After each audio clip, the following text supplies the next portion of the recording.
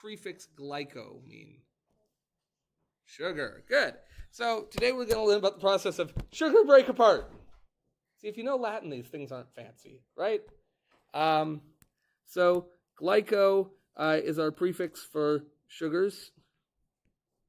And then lysis is to split apart. Glycolysis is the process by which sugars split apart. Okay, good.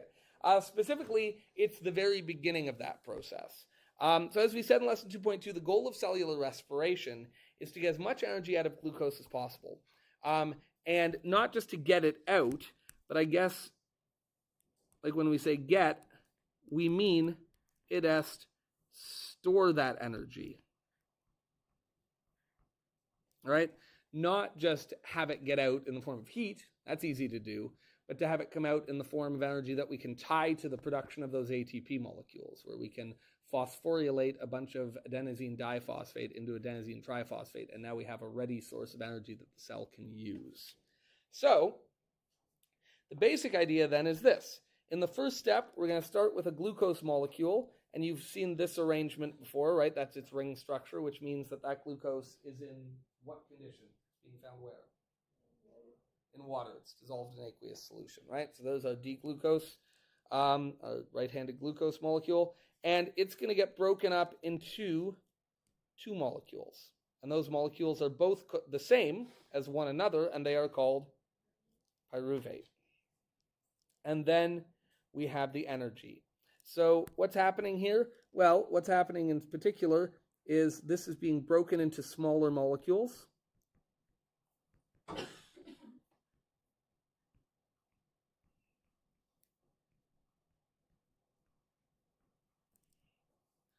And the energy is being captured.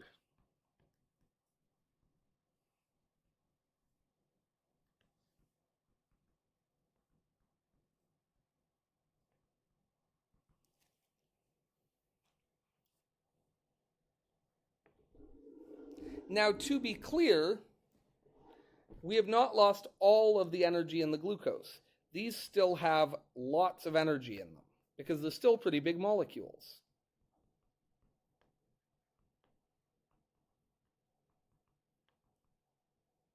So these pyruvate molecules are not going to be a waste product.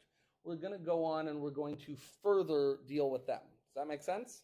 But at the same time, just the act of breaking one thing in half, we're going to get some energy out. Does that make sense? Being one big molecule is a higher energy state than being two smaller molecules. So when we move from that higher energy state, one big molecule, to the lower energy state, two smaller molecules, energy is going to get released. Because this is an example of what type of reaction? Sorry? Exergonic and exothermic, both true. Exothermic means releases energy. Exergonic means that it releases energy, at least some of which we're able to use for some purpose, right? So delta H just refers to the energy change. Delta G refers to the energy change that is useful to do work. Both good answers. And what kind of reactions are exergonic typically? Catabolic. This is a catabolic reaction. And like you said, it is exergonic. In this case, delta H is negative. And entropy. Is entropy increasing or decreasing? Is this more or less organized than that?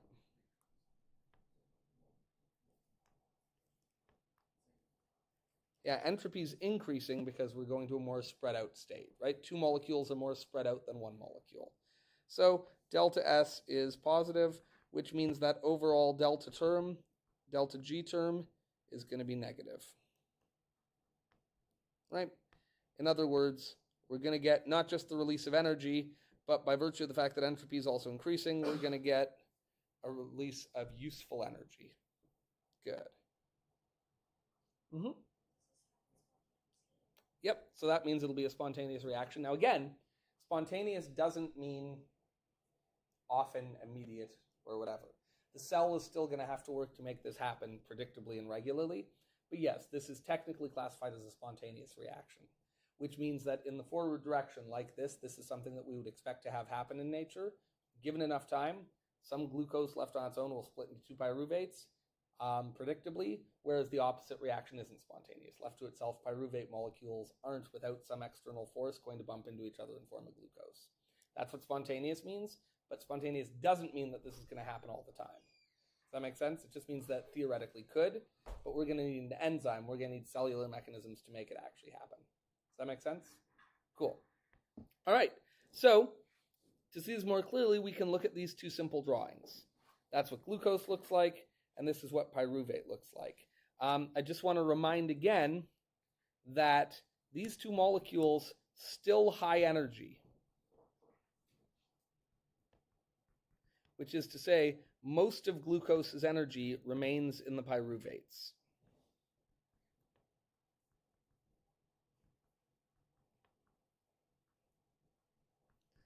Now, here's a question. Can you quickly see how this splits into that? If so, you're a better chemist than I am. I can't.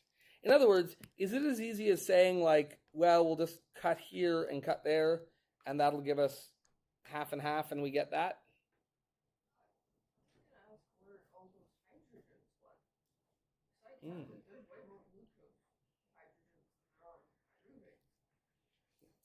She's good. He's good. He's good. Yeah, now one thing to note is these, we could draw these with hydrogens. So that is one thing there. This is showing them negative because it's aqueous solution. Those are carboxyl groups. But even still, how many hydrogens do we have? 1, 2, 3, 4, 5, 6, 7, 8. And how many did we have in the glucose we started with? What's that a difference of? 4. Let's count oxygens. 1, 2, 3, 4, 5, 6. So have they changed? Interesting. Very good observation. So let's talk about that. Okay, so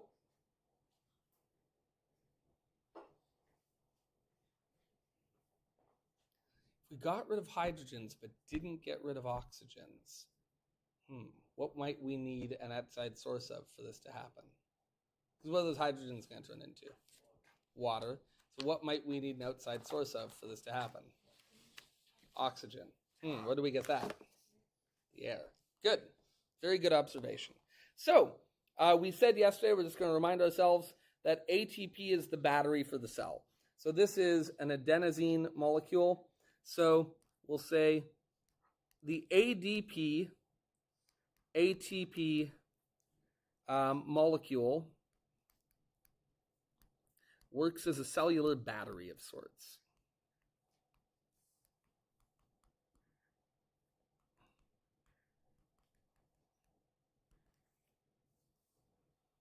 I.e., it's a reusable energy source.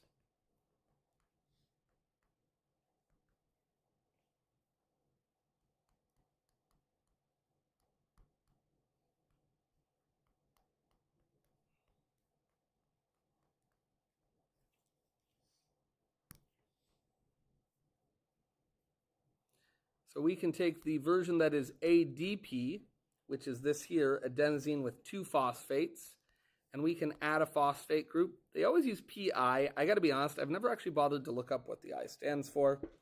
But there you go. I guess. That would be pretty odd convention, though. So in this case, we are storing energy when we phosphorylate the ADP. So we would call this phosphorylation, and that is a way of storing energy. Again, there's nothing magical about phosphate groups in ATP. Anytime you make a bigger molecule, you've stored energy. It just happens that sticking a phosphate group on takes a good amount of energy. So when you stick a phosphate group on, you've stored a good amount of energy. In other words, it's hard work to build, and when something is hard work to build, you store a lot of energy. If you took a bag of concrete and put it on top of this desk, you'd have had to done quite a bit of work to store that energy, right? If you took that bag of concrete and we had already stacked 2 bags of concrete on here, the third one you put on is going to take even a bit more energy, right? Because you're going to have to lift it higher. Does that make sense? And if you ever want that energy back, say hypothetically to crush your unsuspecting science teacher's foot, you just nudge it off, and as it falls, you get all that energy back to do some kind of work, like permanently damaging me, or I don't know, what else could you do? Maybe if you had a coconut you wanted to throw that. Does that make sense?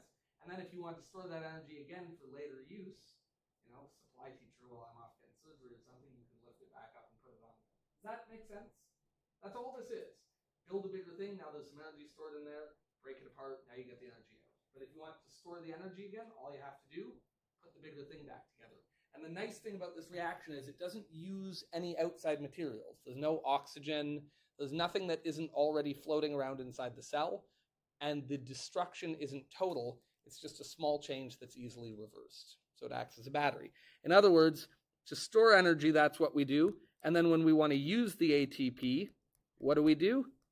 We just do that energy reaction just in reverse. ATP will break down into ADP and a phosphate group, and we will get energy released. And so this is using ATP as an energy source.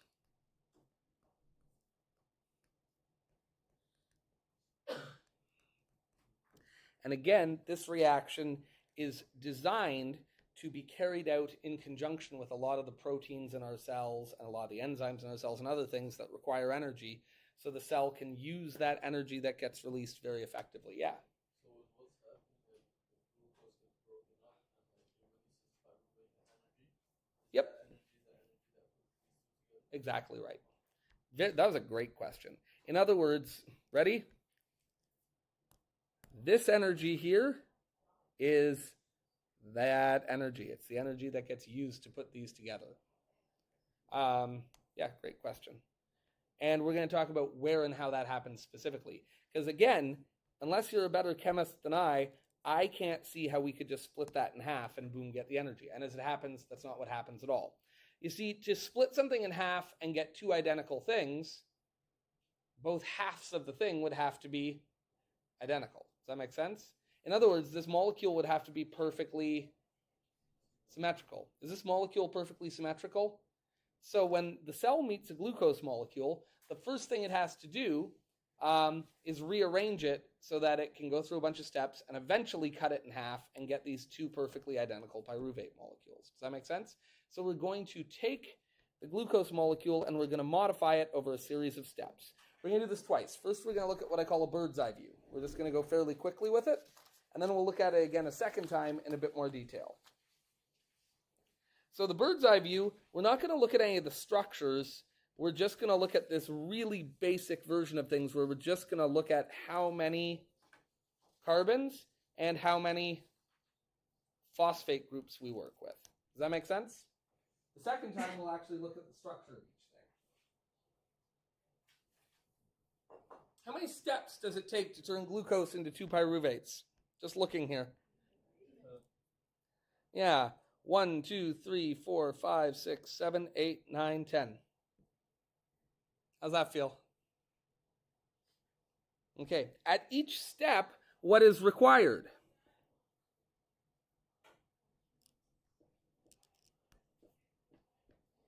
Enzyme. None of these things happen on their own.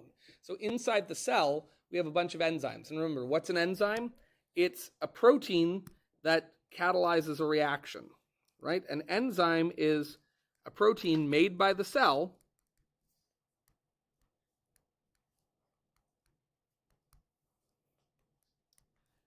that catalyzes a reaction.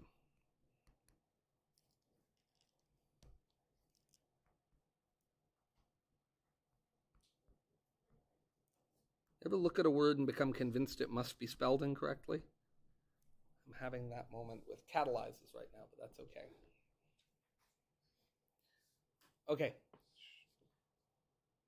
Again, we're going to look at the structure in a minute, but I want to notice something, which is all of these enzymes.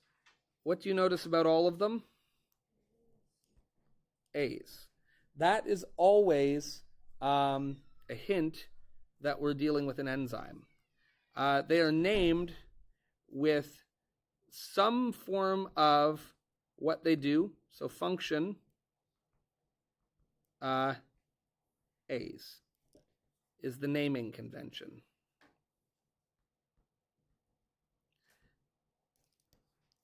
So for example, this one is called hexokinase. Kinases phosphorylate. So kinases phosphorylate. What does that mean? They attach a phosphate group. Now wait a minute. Didn't we say that when we add phosphate to something, we've added energy? So actually the first step of glycolysis is doing something that actually puts energy into the molecule. It's a little weird, but that's what happens. The first step actually involves putting energy in. By the way, this is a hexokinase. So kinase does that. And then what's the hexo piece of it tell us? That it acts on a 6-carbon sugar. In this case, glucose. So that's where that name comes from. This is a hexokinase telling us that it acts on a hex sugar, so a 6-carbon sugar, and that the kinase tells us it adds a phosphate to it. So this actually involves putting energy in. In fact, the first thing we do is we have to turn an ATP into an ADP. So the literal first act is to put energy and the phosphate group in. Does that make sense? I should have shown that in this space here. So plus energy, and then plus a phosphate group. And where did the energy and the phosphate group end up? Being attached to the end of a glucose molecule. Does that make sense? And what do we now call this? Glucose, once we stick a phosphate on the end of it, becomes glucose 6-phosphate. Does that make sense? So the first thing we do is we actually put energy in. That may seem counterintuitive, but actually makes perfect sense. Before you can burn gasoline, we actually have to take it out of the ground and then heat it up and separate it into parts. And it actually takes a lot of energy in to get gasoline that you can put in your car that will put energy out. Does that make sense? So this energy is going to provide energy for the next bunch of reactions to happen. Does that make sense? Okay, what is the next enzyme we get? The last one was a kinase, which phosphorylates something. This one is an isomerase. What do isomerases do? What's an isomer? Yeah, they change shapes. In other words, they don't introduce anything new. The last enzyme added a phosphate group, right? This one isn't going to add anything, but what it is going to do is break some bonds, make some bonds, and rearrange the structure. Does that make sense? Specifically, what's it going to do? It's going to take glucose and rearrange it so that it is fructose. By the way, we're tracking a glucose molecule. Can you imagine what happens if instead of eating glucose, you eat fructose? What step do they skip? They get to skip this. Because if you're working with a fructose molecule, the hexokinase would leave you with this exactly. Does that make sense? So we can use different sugar sources, but we're going to work on glucose. Yes, ma'am? Okay, so we're going to change glucose into fructose. That's what an isomerase does. And the fact that this is phosphoglucose isomerase just means that this is an enzyme. It's been named like this because what's it do? Well, it works on the phosphoglucose molecule, in other words, glucose 6-phosphate, and it isomerases it. It changes its shape. And this one takes glucose 6-phosphate and turns it into fructose 6-phosphate. Does that make sense? Now, do we have the same number of carbons at this point?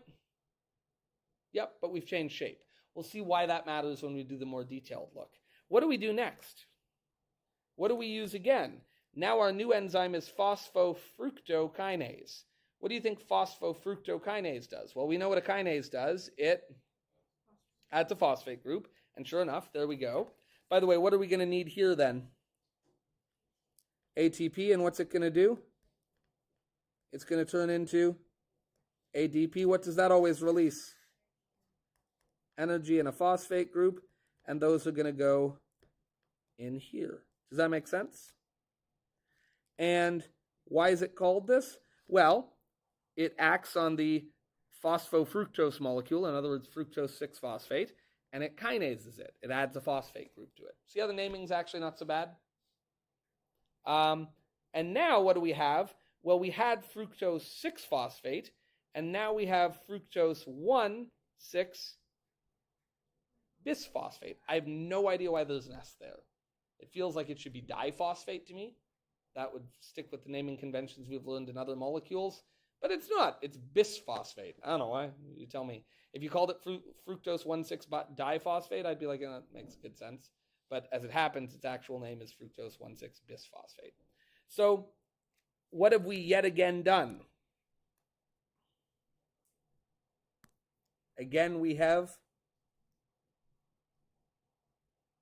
put energy into the molecule. Does that make sense? Twice now we've put energy in. Aren't we trying to get energy out? Isn't that the point? But again, is that how life goes sometimes? Sometimes we have to put energy in before we get energy out. Okay, what do we notice next? What is the next enzyme that acts? Aldolase. All right, lase is like lysis, right? Lases break things apart. All right? So when you see lase on an enzyme, think lysis, i.e. breaking apart. And sure enough, what happens with the aldolase? An aldose is a type of sugar. So, specifically, fructose is an aldose. So this takes an aldose, which is a five-ring structure with two little groups sticking up. Well, you'll see it on the next page. It takes an aldose sugar, and it lases it. It breaks it apart. So an aldose sugar, which fructose is an example of, and it lyses it. It breaks it in half. Does that make sense? These enzyme names are weird at first, but they're actually really descriptive if you know what all the prefixes mean. So don't memorize the words. We're going to learn what the words mean, and then you can understand them. And what has happened now? If you look, we took this 6-carbon sugar and we've broken it into 2 3-carbon sugars. Does that make sense?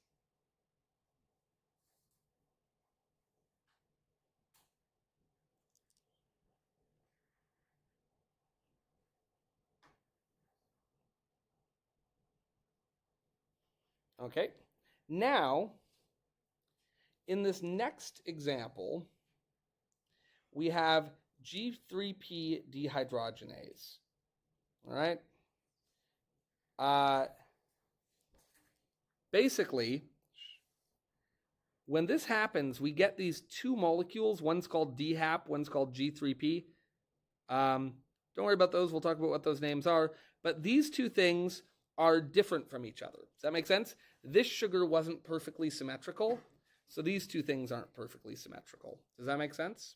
And what we're going to do is we're going to use another reaction that will isomerase these, that will make these two things match up with each other.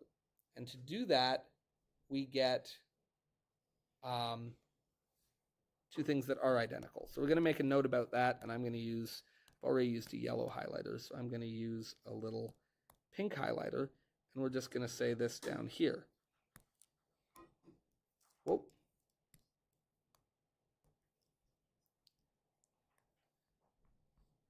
When fructose 1,6-bisphosphate, which is a pretty good name, you might want to call your first child that. Think about now, fructose 1,6-bisphosphate, Elliot, got a bit of a ring to it. It's pretty good, right? When this splits, the two molecules you get are not identical to each other.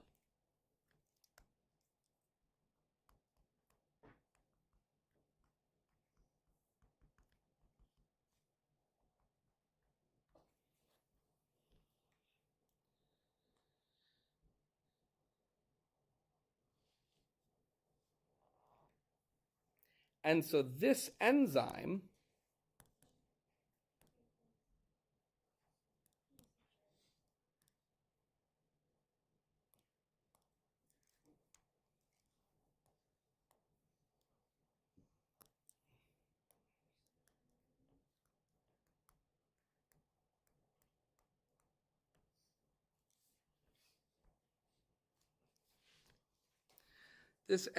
rearranges them to be identical.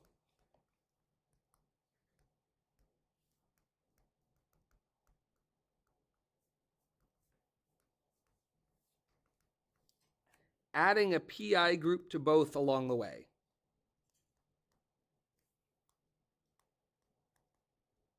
In this case, we actually don't need ATP for this one.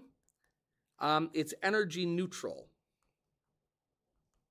It's energy neutral because some of the energy in DHAP and G3P gets released, and the enzyme is able to use that energy directly to both rearrange them and to add the phosphate groups. So in this case, we don't actually have to put energy in. Even though we get new phosphate groups, that did require energy, but in this case, it's able to use the energy in the molecules to do that, not outside energy. Is that okay? Does that feel?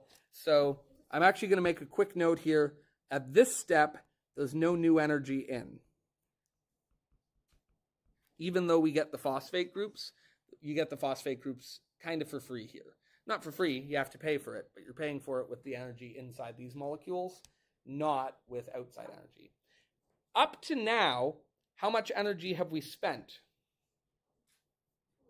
2 ATPs. Does that make sense? So we're 2 ATPs in the whole. But now, we're going to do the last little bit of work, and we're going to get that energy back. Does that make sense?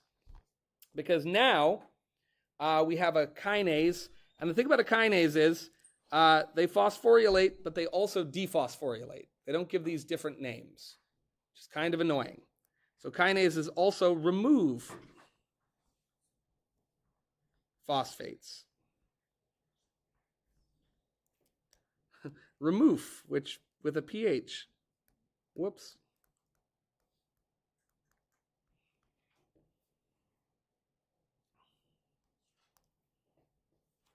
Do you know that while he was president, Theodore Roosevelt decided that he was going to stop with normal spelling conventions and would spell everything phonetically, and then insisted that his aides and everyone who worked in the White House would spell everything phonetically for him as well? It's just one of these good old-fashioned old man obsessions, so just spelling everything exactly how it sounds with no like hidden letters or things like that. Anyway, it never took off, but what I'm thinking is it would have been nice if it had taken off. Do you also know that part of that is why we have all sorts of extra letters that Americans don't?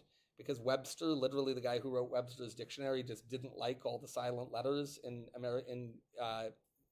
English spellings, and so he just took all of them out. And in his first edition of his dictionary, he got really hardcore with it. And for example, the word of, he just spelt this way, and he got really phonetic with things. And there was pushback on some of them, so he gave up and changed them back, but some he didn't. And so like color and neighbor and things like that, he got rid of that pesky U, and that's why the Americans don't have them. So it's literally just that the guy who owned the right, like who just owned a printing press and was printing dictionaries is like, yeah, I don't like this, I'm going to change it. And when rich people who own technology make decisions, the rest of the people just have to be like, yeah, okay, I guess that's what we're doing now. That's a true story. Well, because you should, because that would make sense, right? If English was a language that made sense, if it made sense, every letter wouldn't make like 11 sounds. What sound does the letter O make? O, okay. What's it make here? Oh, you say woman? That's what you say? No, what do you say? What do you say? What do you actually say for the plural? You say women, right? Like that's what we all say. So it says eh here, right? What letter normally says eh? I, but here it's O. That's cool, right? Okay, cool. What about here? What sounds that make the ooh? Okay, sure, why not? Okay, we can do that. What's another, like, right? It just makes whatever sound you want it. That's the thing with English. What sound does that letter make? Whatever sound they want it to. There's just no rules. It's unbelievable. English is just crazy. O, it can make an O sound or an U sound or an A sound or an I sound or an S sound or an A sound, just depending on where you use it. And we're just all cool with that. We're like, yeah, this makes sense. Let's teach kids this. They'll figure it out. And then, how many people here learned English as a second language? Anyone? Yeah. How old were you? Okay, so you were young enough that maybe you, like, it just did come pretty naturally and pretty quickly. Can you imagine being an adult and trying to learn this stupid language as your second language? And they're like, oh, what sound does this make? Oh boy, have I got news for you. All the sounds. It makes all the sounds. Right? Yeah. Like, what sounds does that make? Oh, shh. Oh, okay, sure. What else makes that sound? This? Like, why not? That's cool, right? Yeah, it could be tin or it could be quotient. Shh. Right? Like, just, yeah, English is crazy. It's an abomination of a language. Anyway, it's also beautiful. It's a lovely language. I quite like it, but, you know, two things can be true. Okay, so now we're ready to take the energy out. So here we have a kinase, and what's the kinase going to do? It's going to take these two phosphates and remove them. And I say two because, remember, from our 1-glucose, we now have not one, but we have two 1,3-bisphosphoglycerates. Does that make sense? So now we're going to take ADP and we're going to turn it into ATP. But how many times is that going to happen? Twice. Does that make sense? Can we all see that? Yeah.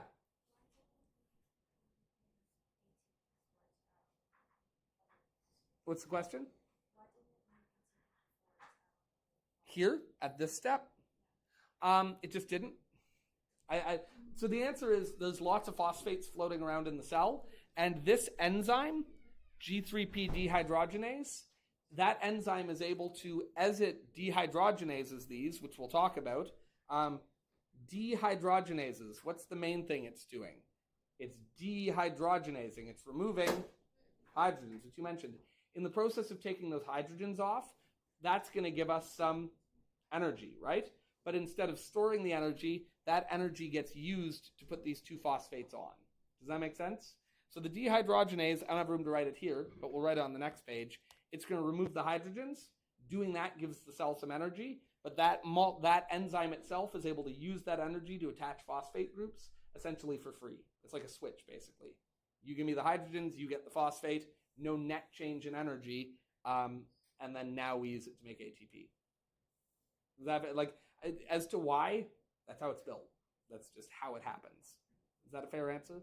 But that's why it's possible, is because the removal of those hydrogens gives the enzyme some energy, which it can then use to attach phosphates.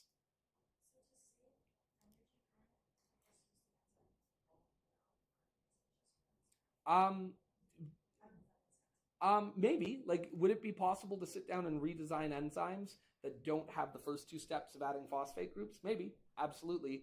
But as it happens, that's not what happens. Does that make sense? In other words, it's like saying, couldn't we build a desk a different way where we do? Sure, you could, but we didn't. These ones were built this way. Does that make sense? So we're describing something that actually exists here, and that doesn't include any idea of it being the perfect way to do things or the ideal way to do things.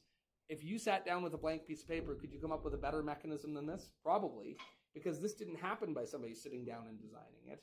Our best understanding is this happened by slowly but surely evolving, and these enzymes just forming spontaneously and randomly as a result of mutation, and happening to have the ability to do this.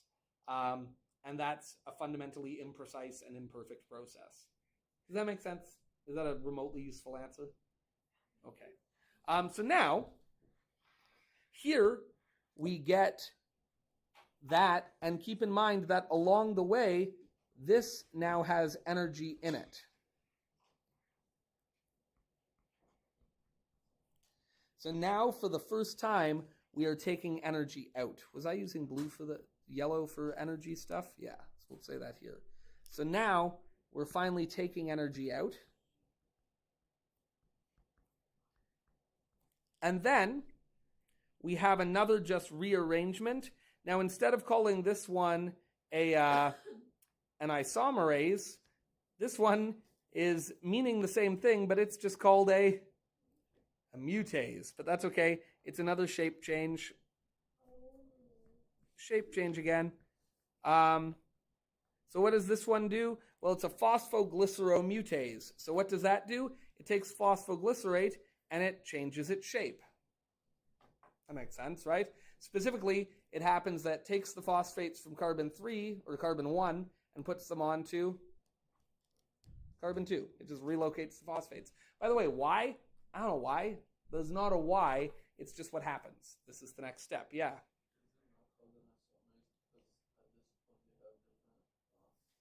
I don't know the answer to that. No, these are identical now, though.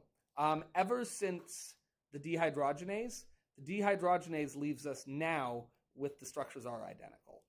So the dehydrogenase does a bunch of stuff. It's a big, very active enzyme. But after that, the DHAP and the G3P both get turned into this 1,3-bisphosphoglycerate, and now they are identical. That's a great question, though. I don't know why it's called a mutase. I don't have a good answer for that. All right? And then the enolase is just yet another modification. All right? So these aren't fundamentally adding energy or anything like that. And then what do we have again at the end? Another kinase. And what do kinases do? Yeah, they remove or add phosphates. In this case, it's going to remove phosphates. And again, because we have two phosphoenol pyruvates, how many ADPs? We can take 2 ADPs and we can shove these phosphates toward them, and we should be able to get 2 what? ATPs. And in the process, we have done what? We've taken energy out again.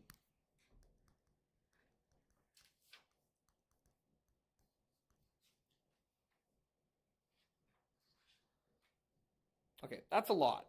And that's a lot without even getting to the next page where you see all the structures. Right? This is just drawing carbons as little dots, right? Does that feel like a lot? Feels like a lot to me. What can we take away from this?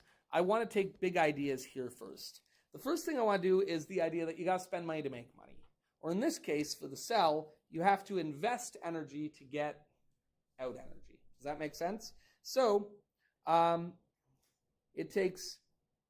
have to spend to earn, right? Is the idea. That's true in life, and it's true here. I.e., first, energy is put into the glucose molecule.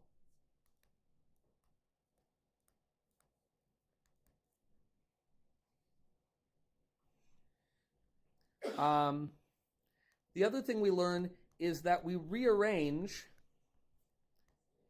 so the split will give almost 2 identical molecules.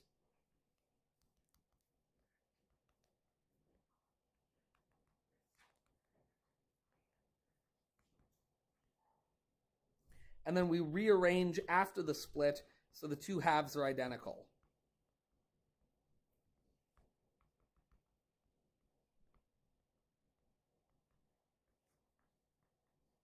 And that makes sense because once you have 2 identical halves, then the same machinery can be used on both, right? If you left those 2 halves different from each other, then you'd need a different set of machines at each step along the way. And then we can say after split, energy is extracted.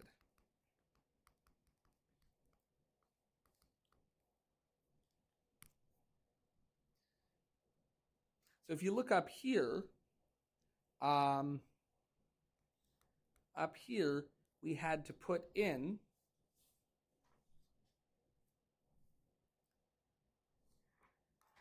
two ATPs becoming ADPs, right? But then down here, we get 4 ADPs becoming 4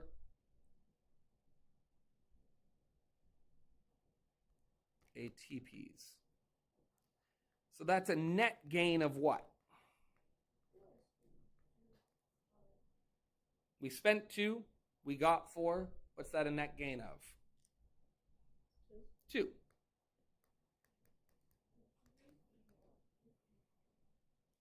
We also, and we haven't even shown this on here yet, but we're going to mention it on the next page, we also get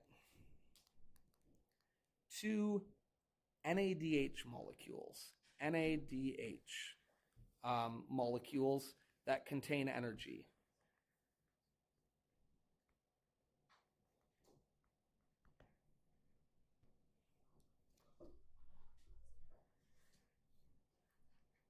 And that's what happened at that crazy step with the dehydrogenase. The dehydrogenase step, we get some energy out in the form of this thing called NADH. And we're going to talk about that on the next page. And we're going to talk about a lot more on the next day. Yeah. So like, you need ATPs to even start the whole process. Yep. How, when we're first born, where are we getting those ATPs From your mom. Something like Right? From your mom. The answer is like your cell is the product of a cell splitting off. So your first cell has all this stuff already in place. Now the question of how did this stuff first arrive in the first place? Short answer, we don't know. Long answer, not nearly this complication. Right? The complexity of this happens over billions of years. The earliest version of this would have looked a lot simpler and been a lot less efficient and got a lot less energy out. Does that make sense? And it's over the years it's gone more complicated, and in getting more complicated gets us more energy. We're actually going to see a much less efficient version of this that can also happen. Yeah. Oh yeah. We're just getting started. Oh, this is like just... Sorry? Oh, you think it's too much information? Just you wait. Bio's a lot of information. But listen, you're going to have lots of time to think about it, and you're going to process it. And here's what you're going to do. You're going to understand it. You're not just going to try to blindly memorize it or something. You're going to understand it.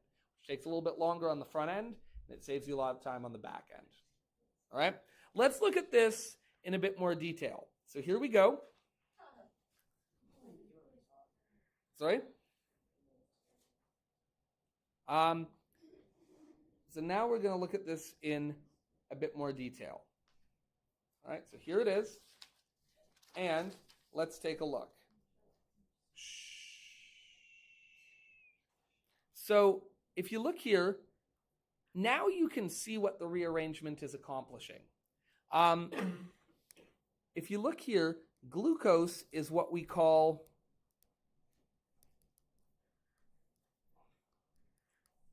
a ketose.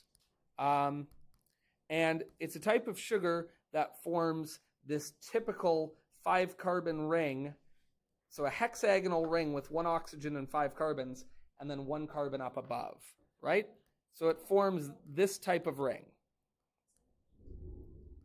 Yeah, it's so called because ketoses are based on the oxygen not being on the last carbon, but being on one of the carbons inside the chain. Very good. So this forms this type of ring structure. And the thing about this type of ring structure is it's not symmetrical. Does that make sense? And the reason it's not symmetrical is that we have this carbon sitting above the ring on one side, but not on the other. Does that make sense? There's just one of them. And you can't make something symmetrical if you have just one thing sticking out of it. Does that make sense? Give me one sec, okay? We'll get there. On the other hand, fructose is what we call an aldose.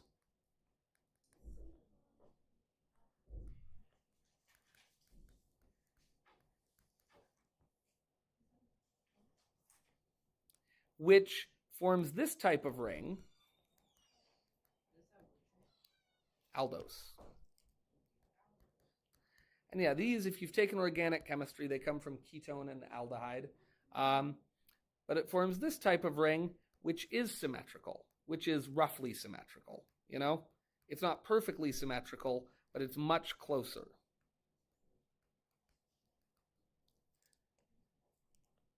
So, these first few steps then, what is really happening is that we are rearranging for symmetry. Rearranging for symmetry.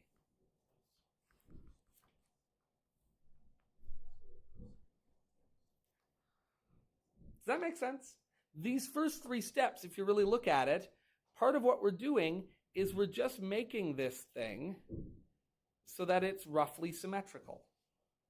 Now, is it perfectly symmetrical? If you look, you'll see that it is not perfectly symmetrical, but it's kind of squinting it's symmetrical. Does that make sense? Okay, now the other thing we're doing during this stage is we're adding energy, right? If you look over here, so far we are adding energy in the form of phosphates.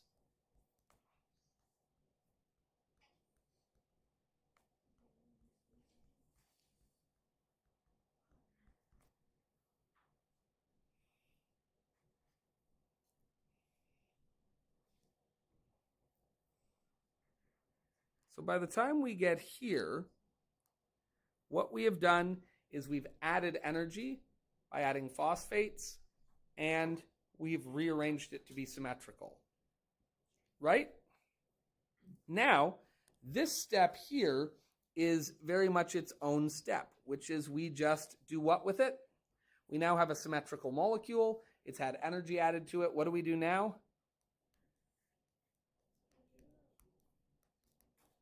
We split it in half. Do we see that?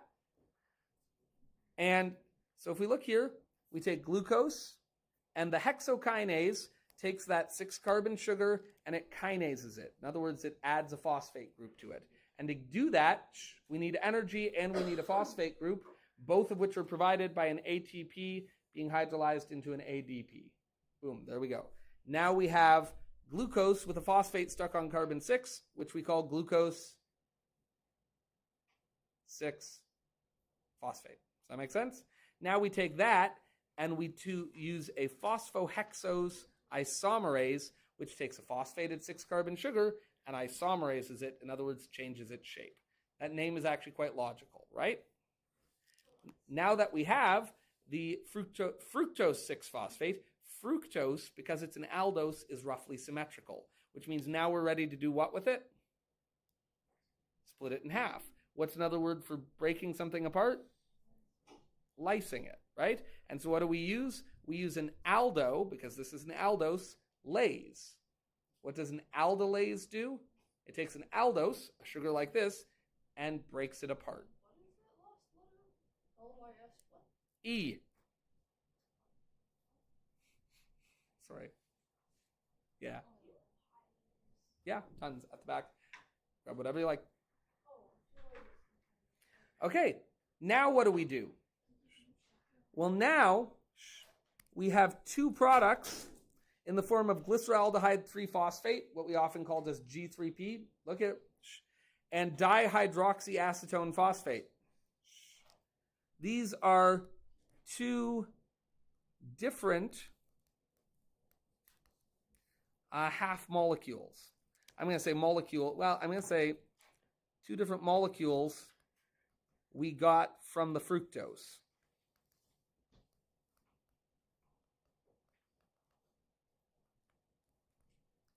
So what is the goal here? What happens in this stage? Well, we take those and we do what? We rearrange to make them what? To make them not symmetrical in this case, to make them the same, to make them identical. So we take the glyceraldehyde 3-phosphate, often called just G3P, and the dihydroxyacetone phosphate, often called DHAP, and we use a triose phosphate isomerase. Okay, look at that. Triose means a sugar that has how many carbons? 3. So we have two 3-carbon sugars. Phosphate means that they're both phosphorylated. So we take two 3-carbon sugars that have a phosphate group on them, and we isomerase them, which means we do what with them? We change their shape. We rearrange them. And the result is that now we have two identical molecules. And those are both glyceraldehyde 3-phosphate. Does that make sense? So before we had a glyceraldehyde 3-phosphate and a dihydroxyacetone phosphate, And what happens is the dihydroxyacetone phosphate gets isomerized to also be a glyceraldehyde 3-phosphate. Does that make sense? We make these two molecules match one another. Questions about that? Okay. And now, what do we do in these last steps? Now we're going to extract energy. Okay? Now we're going to extract energy. And that's what happens in this stage. This is all about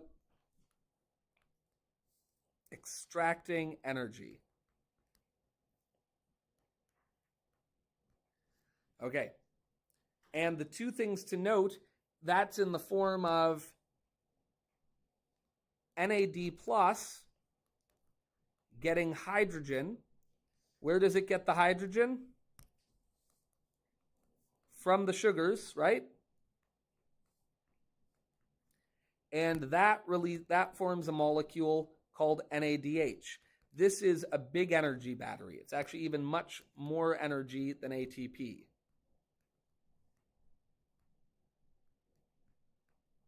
It's about 3 times the energy storage of ATP. Can we focus? Thank you. I love you, but let's focus. So that's the first place we get energy. All right? Note, this also powers adding another phosphate group to each.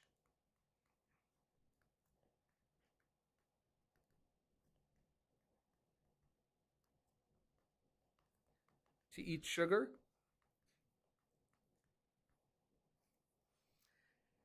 And then in 2 and 3, and keep in mind this will happen twice. It'll happen twice because how many sugars do we have now? We have 2 of them, right? It happens twice because we have 2 3-carbon sugars. And that steps 2 and 3, we do the ADP plus PI yields ATP. And again, that happens twice.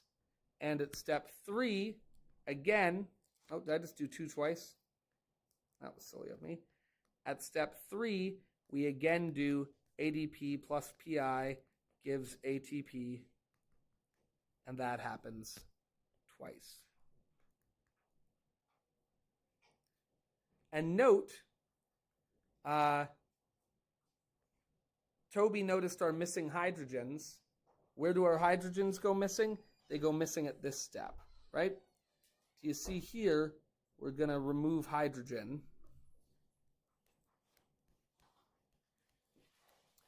And it's going to get stored in that NADH.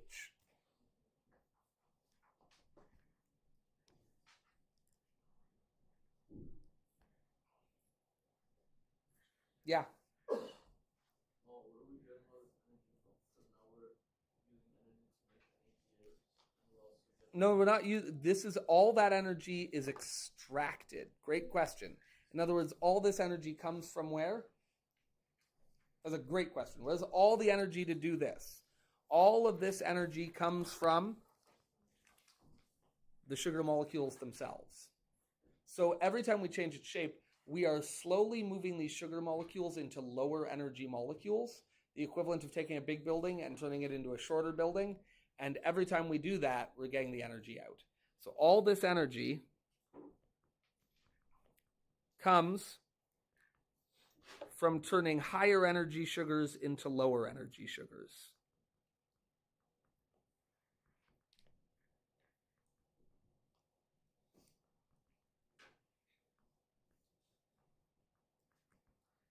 So this is that piece we talked about where instead of just boom, burning sugar and making carbon dioxide and water, what we're doing is we're saying that every one of these steps, it turns out that 1,3-bisphosphoglycerate is a lower energy molecule than glyceraldehyde 3-phosphate.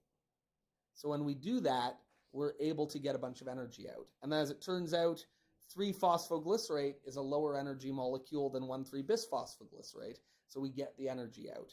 And then these are just rearrangements, they're energy neutral. But when we get here to phosphoenol pyruvate, That's a higher energy molecule than pyruvate. So when we make that change, we get energy out again. So the whole point is, at these steps, at these changes, so that was a terrible color choice. Maybe I'll use a green. Green is good. I haven't used that yet. So at these stages, we are transitioning from a high energy molecule to a low energy molecule. And then that happens here again. We transition from a higher energy molecule to a lower energy molecule, and then it happens here again. At each of these stages, we're extracting energy. How bright and light is that supposed to be for you?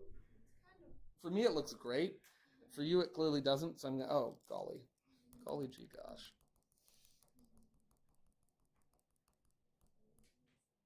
Criticism accepted.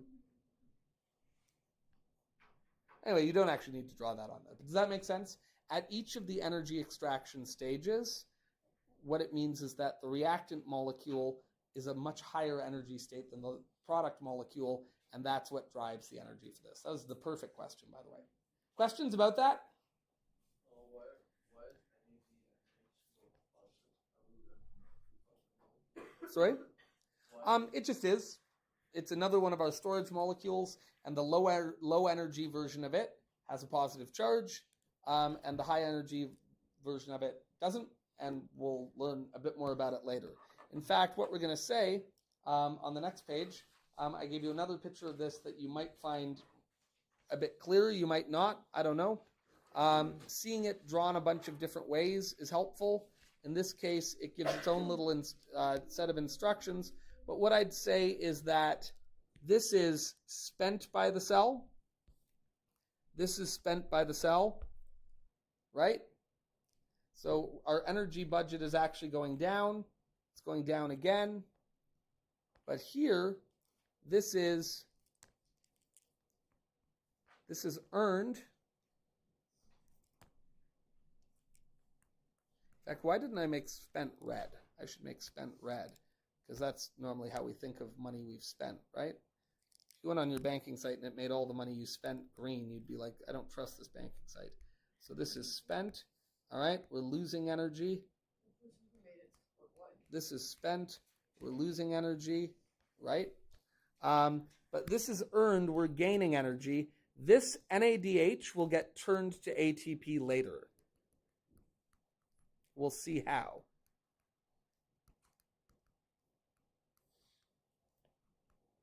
Is that where we get that like burst of like 34 ATP? Yep. And then this is earned, and this can be used by the cell already. So this is good to use.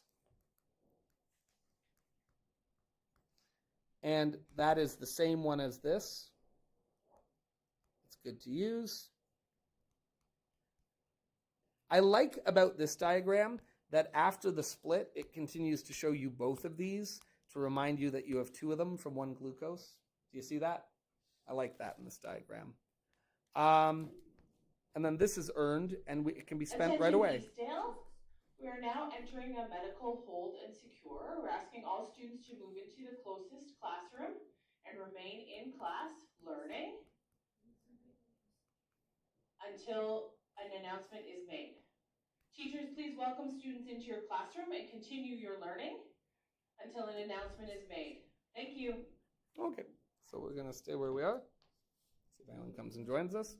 Hopefully whoever is in need of medical attention gets it and is fine. So, we have that.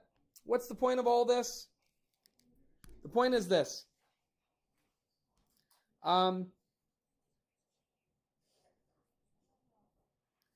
So, the point is it allows us to work with smaller, more manageable molecules.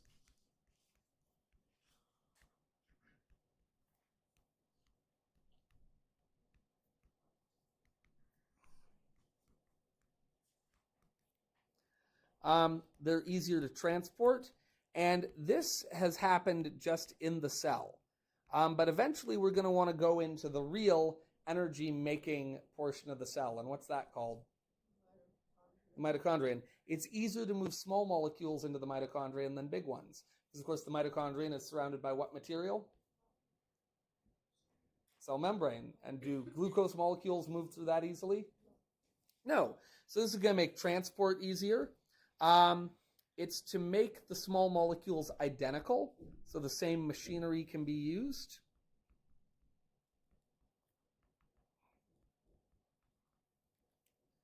So that way we can use the same enzymes.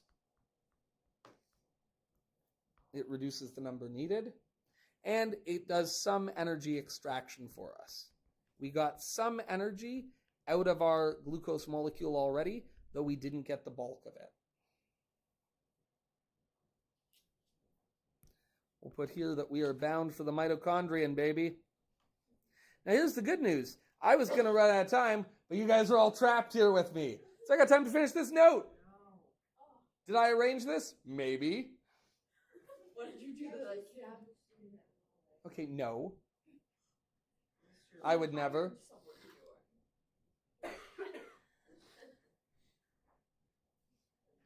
No. Never. Just like you never fell into a snake. Never. All right. So, let's do a little accounting. Just remember, our energy molecules, the first one is ATP. Let's account. Immediately, early on, we lose one of them, right? Then we lose another one.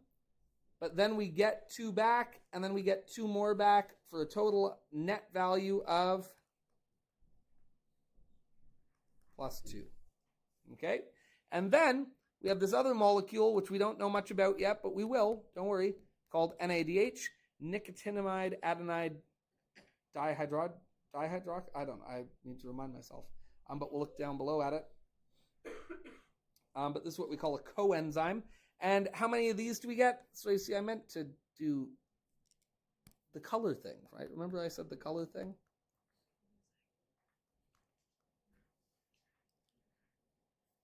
Yeah.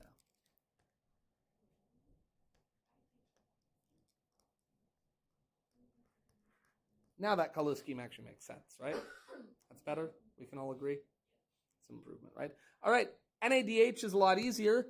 At one point, we get 2 of them, right? One for each.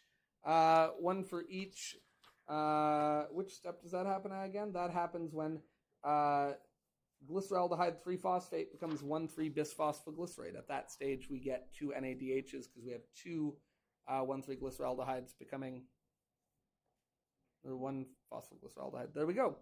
Okay, now, what is this? Well, we're going to need a bigger battery.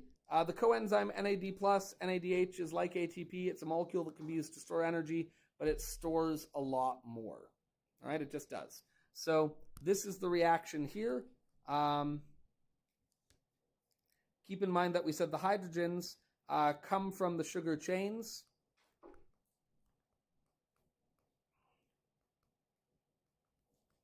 As do the electrons, actually. And this is the stored energy molecule. So this is just another energy storage molecule, another battery.